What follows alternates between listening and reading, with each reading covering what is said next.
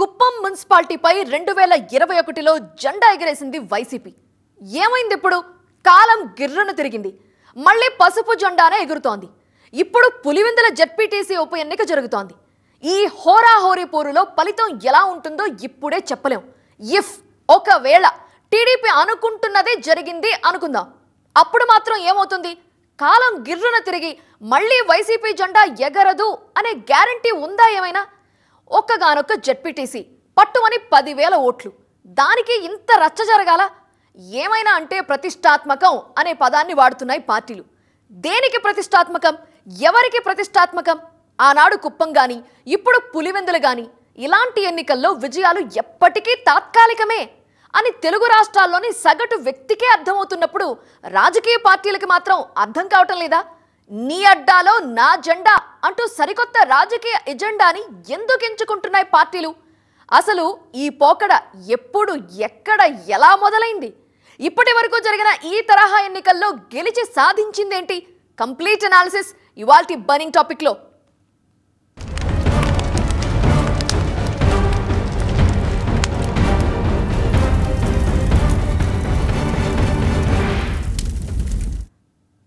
ప్రత్యర్థుల అడ్డానే పార్టీల agenda. Latest trend ఏం కాదిది. రాజకీయంగా తమకి ప్రత్యర్థులే ఉండకూడదనే భ్రమల్లోంచి పుట్టుకొచ్చిన పొలిటికల్ గేమ్ ఇది. ఇక్కడ ప్రత్యర్థులు లేకుండా చేయటం అంటే అర్థం ఒకరి అడ్డాలో మరొకరు పాగా వేయటం. సింపుల్గా చెప్పాలంటే కుప్పంలో చంద్రబాబును ఓడించాలని వైసీపీ, పులివెందుల్లో వైఎస్ జగన్ని దెబ్బతీయాలని టీడీపీ వ్యూహ ప్రతివ్యూహాలు పన్నటం. సాధ్యాసాధ్యాల గురించి పక్కన పెడితే అసెంబ్లీ ఎన్నికల్లో అంతా సజావుగా సాగుతుంది. ఎవరి దారిలో వాళ్ళు వెళ్తారు. ఎటొచ్చి స్థానిక సంస్థల ఎన్నికలప్పుడే నానా బీభత్సం చేస్తుంటారు. ఎందుకని? దీని వెనక రీజన్ ఏంటి? ఒక్క ఉప ఎన్నికకు, అది కూడా జెడ్పీటీసీ ఎన్నికకు ఎంత హంగామానా అనిపిస్తుంది. కానీ ఉప ఎన్నిక జరిగింది పులివెందులలో. ఈ డైలాగ్ వినండి ఒకసారి.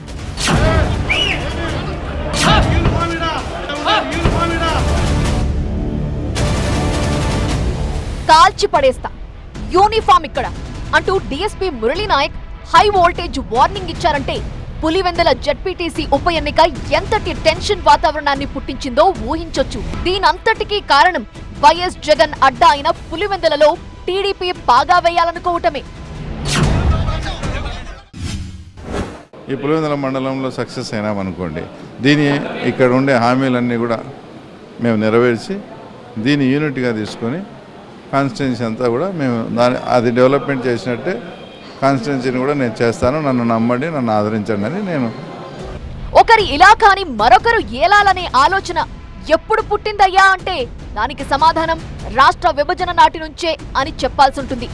మరో ఆసక్తికరమైన విషయం ఏంటంటే ఎప్పుడైతే తరం మారి కొత్త నీరొచ్చిందో అప్పటి నుంచే మొదలైంది సరికొత్త రాజకీయం. పులివెందులు అనగానే ఇప్పటికీ వైఎస్ రాజశేఖర్ రెడ్డి పేరే వినిపిస్తుంది. సేమ్ టు సేమ్ కుప్పం అనగానే వినిపించేది చంద్రబాబు పేరే. వీళ్ళిద్దరూ ప్రత్యర్థులుగా ఉన్నంతకాలం రాజకీయాలు యమ హాట్ గా నడిచాయి. ఎవరిది పై చేయో రాజకీయ రణక్షేత్రంలోనే చూసుకుందామని పోటీ పడ్డారు. కానీ ఏనాడు పులివెందులలో వైఎస్ ని ఓడించాలన్న పంతానికి చంద్రబాబు పోలేదు. కుప్పంలో ఎలాగైనా పసుపు జెండాని దించి కాంగ్రెస్ జెండా ఎగరవేయాలని వైఎస్ రాజశేఖర్ రెడ్డి కూడా భావించలేదు. అలాని కుప్పంలో కాంగ్రెస్ పోటీ చేయకుండా పోలేదు. పులివెందులలో టీడీపీ పోటీ చేయకుండా ఆగలేదు. ఎవరి బలం ఎంతో తేల్చుకున్నారు.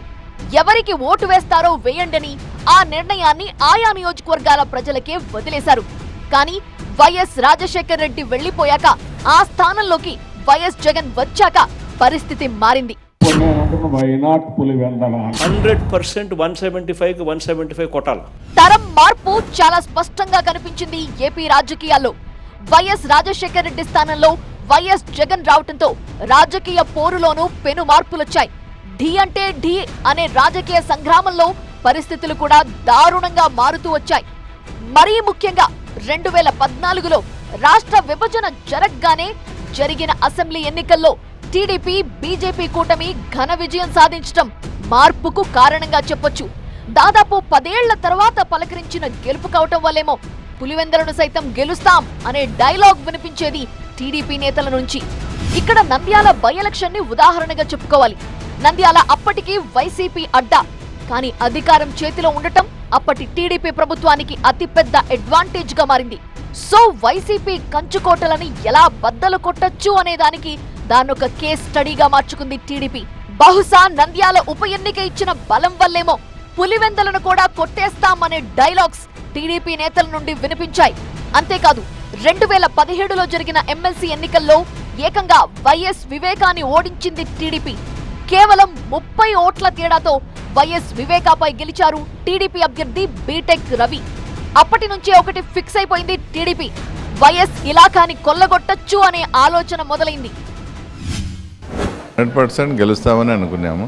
అంటే ఎందుకంటే చాలా ప్రజాస్వామ్యబద్ధంగా ఎప్పుడు ఒక 30-35 సంవత్సరాలు 30-35 సంవత్సరాల నుంచి కూడా ప్రజలు ఇంత స్వేచ్ఛగా వాళ్ళ ఓటు వాళ్ళు ఈరోజు వేసుకున్నారు. టైం ఎప్పుడూ ఒకేలా ఉండదుగా. వైఎస్ జగన్ మాటల్లో చెప్పాలంటే, మీరు కొట్టారు, మేం తీసుకున్నాం, మాకు టైం వస్తుంది, అప్పుడు మేము కొడతాం. ఈ డైలాగ్ ఎలా రిపీట్ అవుతూ వస్తుందో తెలుగు రాష్ట్రాల ప్రజలు చూస్తూ వస్తున్నారు. 2014లో వైఎస్ జగన్ అన్న మాట 2019లో నిజమైంది. ఆ తర్వాత టార్గెట్ కుప్పంగా మారింది. పులివెందులపై టీడీపీ నేతలు చెప్పిన డైలాగులే కుప్పంలో వైసీపీ నేతల నోటి నుంచి వినిపించాయి. 2019లో వైఎస్ జగన్ ముఖ్యమంత్రి అయ్యాక పర్టిక్యులర్ గా కుప్పం నియోజకవర్గాన్ని లక్ష్యంగా చేసుకోవడానికి కారణం పులివెందులను టీడీపీ టచ్ చేయాలనుకోవటమే అనేది రాజకీయ విశ్లేషకుల మాట. ఏకగ్రీవంగా అలాంటి పరిస్థితి లేకుండా ప్రజాస్వామ్యం మళ్ళీ ప్రాణం పోసుకునే విధంగా తెలుగుదేశం పార్టీ అక్కడ మరి ఎలక్షన్ నిర్వహించడం జరిగిందని చెప్పేసి ఈ సందర్భంగా తెలియజేస్తున్నాం. అలాగే మేము తెలుగుదేశం పార్టీ అంటేనే ప్రజాస్వామ్య విలువలకి ఎప్పుడు కూడా మద్దతు ఇస్తూ ముందుకెళ్లేటువంటి పార్టీ. అందులోనూ 2019లో 151 స్థానాల్లో ఎవరూ ఊహించని స్థాయిలో విజయం దక్కటంతో వై నాట్ 175 స్లోగన్ ని గట్టిగా నినదించింది వైసీపీ. 100% 175కి 175 కొట్టాలి. వై నాట్ 175 అంటే అందులో కుప్పం కూడా ఉన్నట్టేగా. అందుకే 2024 అసెంబ్లీ ఎన్నికల్లో కుప్పంని కొట్టాలంటే, చంద్రబాబును ఓడించాలంటే ముందుగా స్థానిక సంస్థల ఎన్నికల్లో కుప్పంలో టీడీపీని బలహీనపరచాలి అనుకున్నారు. కుప్పంలో ఏ వేదికి వెళ్లినా, ఏ చిన్న ఎన్నిక జరిగినా గెలుపు వైసీపీదే అవ్వాలనే అజెండా పెట్టుకున్నారు. అదే వ్యూహంతో వెళ్లారు. అనుకున్నట్టుగానే కుప్పం మున్సిపాలిటీని చేజిక్కించుకున్నారు. కాలం ఎప్పుడూ ఒకేలా ఉండదు. 2014లో వైఎస్ జగన్ చెప్పిన డైలాగ్ ని 2024లో చెప్పుకోవటం మొదలుపెట్టింది టీడీపీ. సో ఇప్పుడు టైం టీడీపీకి వచ్చింది. అప్పుడు కుప్పంలో కొట్టారు, మేం తట్టుకున్నాం. ఇప్పుడు టైం మాది, పులివెందులలో మేము బలంగా కొడతాం అంటున్నారు. పైగా అధికారం చేతిలో ఉంది. కాకపోతే వైఎస్ జగన్ వ్యూహానికి తమకు చాలా తేడా ఉంది అంటోంది టీడీపీ. అదేంటో మరికొద్ది నిమిషాల్లోనే చెప్పుకుందాం. రాజకీయాల్లో ఇవాళ రైట్ అయింది, రేపు రాంగ్ అవుతుంది. కుప్పంని చేజిక్కించుకోవడానికి ఆనాడు తాము చేసిందే రైట్ అనుకుంది వైసీపీ. కానీ టీడీపీకి మాత్రం ఆ స్ట్రాటజీ రాంగ్ గా కనిపించింది. ఆనాడు ఏదైతే రాంగ్ అని టీడీపీ మొత్తుకుందో ఇప్పుడు అదే కరెక్ట్ అంటూ పులివెందులలో అదే దారిలో నడుస్తోంది. బట్ చరిత్ర అంటూ ఒకటి ఉంటుందిగా, అది చెబుతుంది తప్పు ఎవరిది అని. ప్రస్తుత పులివెందుల రాజకీయాలకు మూలం ఒకప్పుడు కుప్పంలో జరిగిన పరిణామాలే అనేవాళ్లున్నారు. ఇంతకీ 2021లో కుప్పంలో ఏం జరిగింది? అప్పుడు జరిగిన కుప్పం మున్సిపాలిటీ ఎన్నికల్లో ఎలక్షన్స్ కంటే కూడా ఏకగ్రీవాలకే ఎక్కువ మొగ్గు చూపించింది అప్పటి వైసీపీ ప్రభుత్వం. ఇందుకోసం బెదిరింపులు, డబ్బు ఆశలు చూపించారన్న ఆరోపణలు టీడీపీ నుండి వినిపించాయి. దొంగ ఓట్లను క్రియేట్ చేసి కుప్పం మున్సిపాలిటీని చేజిక్కించుకున్నారు అనే వార్తలు పుంకాను పుంకాలుగా వచ్చాయన్నాడు. నామినేషన్ వేయడానికి ఎవరైనా వస్తే బెదిరింపులే కాదు, కనీసం నామినేషన్ వేయనివ్వని పరిస్థితి కల్పించారనేది టీడీపీ ఆరోపణ. కొన్ని చోట్ల టీడీపీ అభ్యర్థులు వేసిన నామినేషన్లు చెల్లలేదు కూడా. దీని వెనక అప్పటి జగన్ ప్రభుత్వం ఉందనేది మరో తీవ్రమైన ఆరోపణ. ఈరోజు మొన్న నామినేషన్లు జరిగాయి, ఎవరినైనా కూడా అడ్డుకున్నామా? నిజంగా అడ్డుకోవాలా? పులివెందుల జెడ్పీటీసీని కానీ ఒంటిమిట్ట జెడ్పీటీసీని ఏకగ్రీవం చేయాలనుకుంటే ఇదే పోలీసులు, మీరు అంటున్నారు పోలీసుల అడ్డం పెట్టుకొని, అదే పోలీసులు కావాల్సింటే ఆ రోజు అడ్డపడింది కదా. చంద్రబాబుకు ఆయువు పట్టు లాంటి కుప్పం పైనే దెబ్బ కొట్టాలనేది అప్పటి వైసీపీ వ్యూహం. నోటిఫికేషన్ రాకముందు నుంచే పక్కాగా ప్లాన్ చేసుకుంది గత జగన్ ప్రభుత్వం. అప్పట్లో తాము ఎన్నికల్లో పాల్గొనకుండా అడుగడుగున ఇబ్బందులు సృష్టించారు అనేది కుప్పం టీడీపీ నేతల ఆరోపణ. అంతేకాదు జగన్ ప్రభుత్వానికి వ్యతిరేకంగా నడుచుకుంటే మాత్రం ఖచ్చితంగా టార్గెట్ అవుతారు అనేలా భయంకరమైన వాతావరణం క్రియేట్ చేశారని గుర్తు చేసుకుంటున్నారు టీడీపీ నేతలు. ఆనాడు బలం, బలగం, డబ్బు, దబాయింపుతో కుప్పంలో జెండా పాతారు అనేది టీడీపీ ఆరోపణ. దొంగ ఓట్లు నామినేషన్ల నుంచే భయోత్పాతం సృష్టించిన కారణంగా 25 వార్డులున్న పట్టణంలో కేవలం 6 స్థానాల్లో మాత్రమే గెలిచామని చెబుతోంది టీడీపీ. ఆనాడు అధికార యంత్రాంగం, పోలీస్ వ్యవస్థను గత జగన్ ప్రభుత్వం దుర్వినియోగం చేసిన తీరు చివరికి చంద్రబాబునే తన సొంత నియోజకవర్గం అయిన కుప్పంలో అడుగు పెట్టనివ్వలేదని గుర్తు చేస్తోంది టీడీపీ.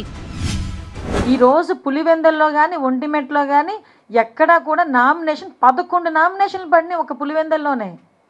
అంటే ఒకసారి మీరు ఆలోచన చేసుకోవాలి. ఈరోజు ఎంత ప్రజాస్వామ్యబద్ధంగా మేము చేస్తున్నాం. తప్పు చేసిన వాడు ఎవరి మీదైనా పార్టీలకు అతీతంగా మేము కేసు ఫైల్ చేస్తున్నాం, దర్యాప్తులు చేస్తున్నాం. అందులో కూడా ఎక్కడ కూడా టాలరేట్ చేసే ప్రసక్తి లేదు. కాలం గిర్రున తిరిగింది. వై నాట్ 175 అని టీడీపీ అనటం లేదు కానీ దాదాపుగా అదే వ్యూహంతో వెళుతున్నట్టుంది. కొడితే కుంభస్థలాన్నే కొట్టాలన్న రీతిలో వైఎస్ జగన్ అడ్డా అయిన పులివెందులనే కొట్టాలనుకుంటోంది. కాకపోతే కుప్పంలో వైఎస్ జగన్ అనుసరించిన వ్యూహానికి ఇప్పుడు పులివెందులలో తన ప్రతి వ్యూహానికి చాలా తేడా ఉందంటోంది టీడీపీ. 30 ఏళ్లుగా జెడ్పీటీసీ ఎన్నికలు ఏకగ్రీవంగానే జరుగుతూ వస్తున్నాయి పులివెందులలో. అయితే అవన్నీ బలవంతపు ఏకగ్రీవాలని ఆరోపిస్తున్న టీడీపీ తాము మాత్రం ఎన్నికలను సజావుగా జరపాలనుకుంటున్నామని చెబుతోంది. బట్ పైకి ఎన్నికల రణక్షేత్రంలోనే చూసుకుంటామని చెబుతున్నా లోలోన జరిగిందంతా అరాచకమే అనేది వైసీపీ ఆరోపణ. పులివెందులను గెలుచుకోవడానికి చేయని అరాచకాలు లేవంటూ విమర్శిస్తూ ఆధారాలు చూపిస్తోంది వైసీపీ. పులివెందులతో పాటు ఒంటిమిట్టలో గెలవటానికి కూటమి ప్రభుత్వంలోని మంత్రులు, ఎమ్మెల్యేలు, నాయకులను తీసుకొచ్చారంటోంది వైసీపీ. మరీ ముఖ్యంగా కూటమి ఎమ్మెల్యే ఆదినారాయణ రెడ్డి, బీటెక్ రవిని టార్గెట్ చేస్తూ ఈ ఇద్దరు నాయకులే బయటి ప్రాంతాల వారిని పెద్ద ఎత్తున పులివెందులకు తీసుకొచ్చి దొంగ ఓట్లు వేయించారంటోంది వైసీపీ. దీనిని నిరసిస్తూ కడప జిల్లా నిడిజివ్వి గ్రామం నుంచి ఎర్రగుంట్ల వరకు అవినాష్ రెడ్డి ర్యాలీగా వెళుతున్నందుకే కదా అరెస్ట్ చేశారు అని ఆరోపిస్తోంది ప్రతిపక్షం. ఈ ఎన్నికలు ఇటువంటి చెత్త ఎన్నికలు, ప్రజాస్వామ్యం కూనీ చేసే ఎన్నికలు, ఇటువంటి ఎన్నికలు బహుశా ఏ రాష్ట్రంలో ఎప్పుడూ జరిగి ఉండవు. బీహార్ లాంటి రాష్ట్రంలో కూడా ఇటువంటి ఎన్నికలు జరిగి ఉండవు. ఇటువంటి ఎన్నికలు జరిపే బదులు అసెంబ్లీలో పార్లమెంట్లో ఒక కొత్త చట్టం చేసుకొని నామినేషన్ బేసిస్లో మీరు జెడ్పీటీసీలను, ఎంపీటీసీలను ఎన్నుకోవడం మంచిది. స్వయంగా పులివెందుల వైసీపీ అభ్యర్థి హేమంత్ రెడ్డి ఓటు వేసే పరిస్థితి లేదని వాపోయారు. సరైన భద్రత కల్పించకపోవటం వల్ల పోలింగ్ కేంద్రానికి కూడా వెళ్లలేకపోయానంటూ మాట్లాడారు. మా ఊరి పరిస్థితి తెల్దా? ఎస్పీ గారికి నేను ఇప్పటికి 3 సార్లు ఫోన్ చేసిన. నా పరిస్థితి ఇది సార్ ఓటు పోయినకి కూడా పోనీకి లేకున్నాము, నాకు సెక్యూరిటీ కల్పించండి అని నేను అడిగితే ఇంతవరకు అసలు రెస్పాన్స్ లేదు. 2 గన్మెన్లు, ఒక గన్మెన్ పొద్దున వరకు ఉన్నాడు, ఆ గన్మెన్ ఇంకొకరిని గన్మెన్ వచ్చినాడు అంతే. బట్ హేమంత్ రెడ్డి ఆరోపణల్ని ఖండించారు టీడీపీ అభ్యర్థి లతారెడ్డి. ఓటు వేయకుండా ఎవరిని అడ్డుకోవటం లేదు అని క్లారిటీ ఇచ్చారు. ఇక్కడ ఈ 2 పల్లెలు కొద్దిగా గొడవ అయిందండి. మా ఏజెంట్లను కూర్చొని ఇవ్వలేదు ఏరిపల్లిలో. ప్లస్ అచ్చివిల్లిలో వచ్చేసి 4 వీలర్ మా వాళ్ళు ఓట్లైన్ పోతుంటే ఆ లేడీస్ ఉన్న వెహికల్ అద్దాలు పడగొట్టేశారు. ఈ 2 పనులు తప్ప ఎక్కడా ఏది గొడవలు ఏం లేవండి. బై ఎలక్షన్స్ వచ్చినప్పుడు లేదా ఇలాంటి స్థానిక సంస్థల ఎన్నికలు జరిగినప్పుడు ఖచ్చితంగా అధికార పార్టీకే అడ్వాంటేజ్ ఉంటుంది. చేతిలో పవర్ ఉన్న వాళ్లే గెలుస్తారు, ప్రత్యర్థుల అడ్డాలో పాగా వేస్తారు కూడా. కాకపోతే ఆ సమయంలో వచ్చే గెలుపులన్నీ టెంపరరీ అని ఆ తర్వాత అర్థమవుతుంది. ఆల్రెడీ గత అనుభవాలు ఇవే చెప్తున్నాయి కదా.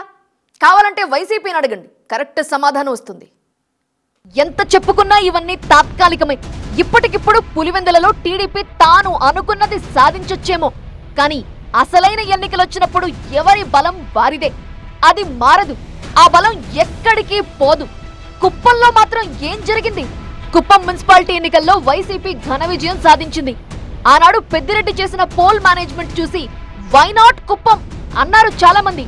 స్వయంగా వైఎస్ జగన్ నుంచే వచ్చిందా మాట. 100% 175కి 175 కొట్టాలి. 175కి 175 ఒక్క సీట్ మిస్ కాకూడదు. కొట్టడాని కోసమే నేను ఈరోజు ఈ ప్లాన్ ఆఫ్ యాక్షన్ కూడా చెప్తాను.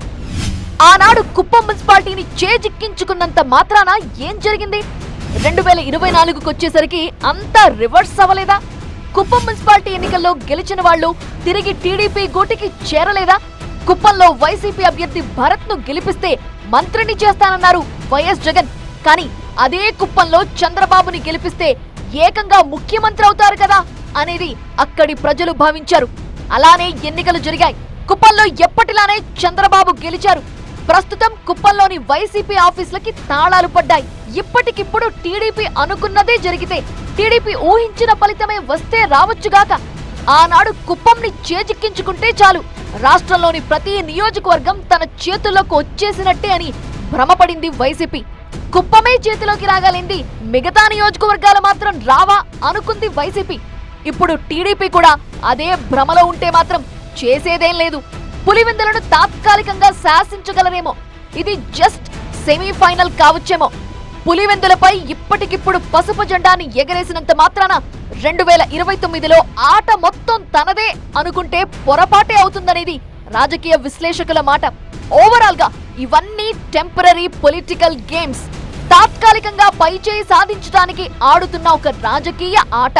తాత్కాలిక గెలుపు కోసం కోట్ల రూపాయలు పోగొట్టుకోవటం, కరిగిపోయే ప్రతిష్ట కోసం పాకులాడటం తప్ప జరిగేదేం ఉండదు.